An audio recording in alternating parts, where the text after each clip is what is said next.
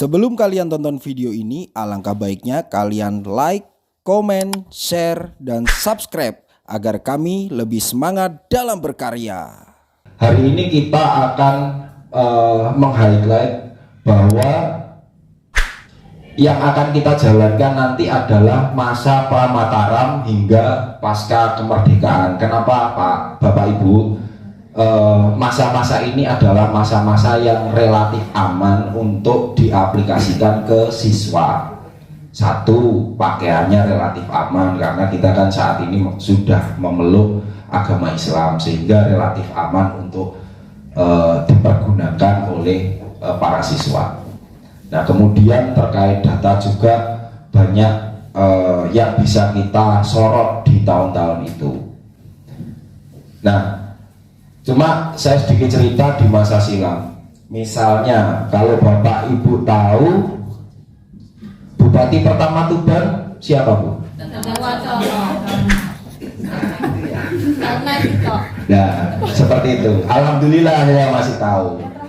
Nah, nama Dandang Wacono ini hanya ditemukan di Babat Tuban. Selain itu tidak pernah ada nama Dandang Wacono. Bahkan di tahun 2016 kami mendapatkan laporan dari warga ditemukan lempeng prasasti di dalam satu peti yang kemudian akhirnya kami identifikasi dan kami datangkan para ahli untuk bisa membaca semua isinya. Di situ pun dikatakan bahwa Warunggahan dipimpin oleh seorang raja bernama Sri Paduka Empungku Buddha Ketu, yang itu tidak ada di informasi yang ada di Kabupaten Tuban. Pernah kita mendengar Paduka Empungku Buddha Ketu itu kan tidak pernah. Apalagi itu ya guru olahraga, ya guru sejarah aja belum tentu tahu itu.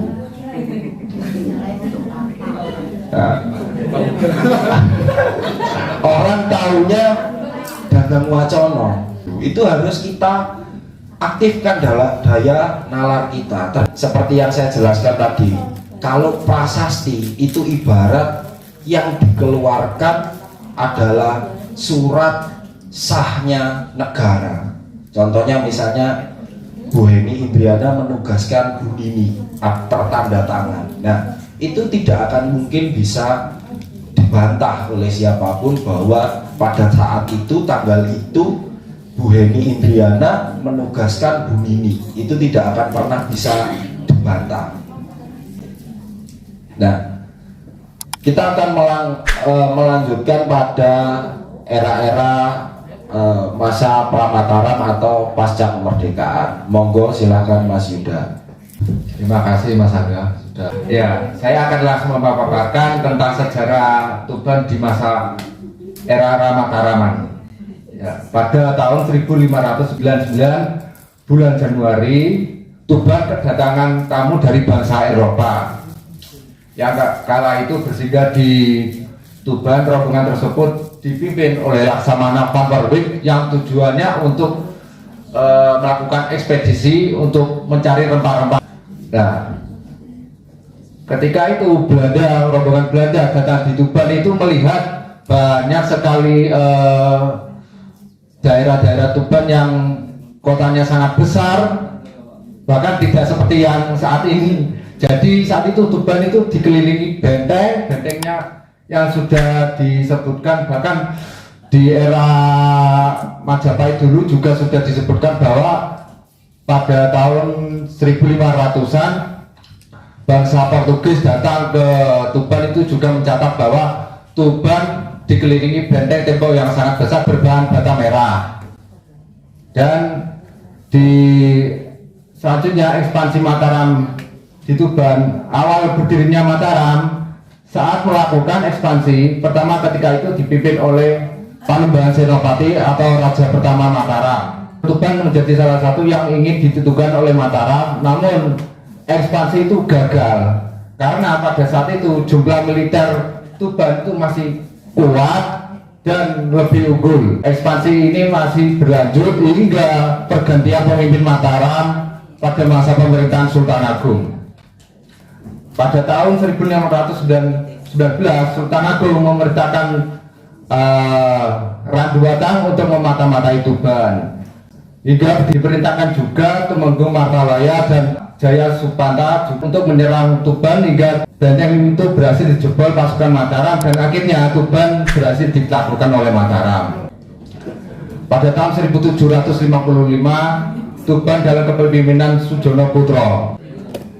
Awal Sujono Putro menjadi adipati yang awalnya adipati Japan di Mojokerto, kemudian pindah di Tuban. Ketika itu pusat pemerintahan itu masih berada di Brugan. Bulan suksesi Jawa pada akhirnya membuat Mataram terbagi menjadi dua.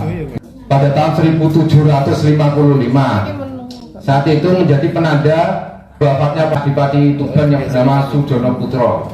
1948 berlangsung agresi militer 2. Ketika terjadi penyerangan agresi militer 2 di kota Tuban pada masa pemerintahan Kiai Mustain atau Bupati Tuban yang masa Belanda saat itu, dan bahwa Diman sebagai carik yang ada di Brugan Kulon bergegas untuk memberikan informasi kepada Bupati Tuban itu, yang ketika itu melakukan komunikasi bahwa Diman secepatnya memperoleh informasi ketika akan ada penyerangan Belanda, bahwa Diman memutuskan untuk membawa Bupati untuk disembunyikan ke kediaman di desa Brugan Kulon itu.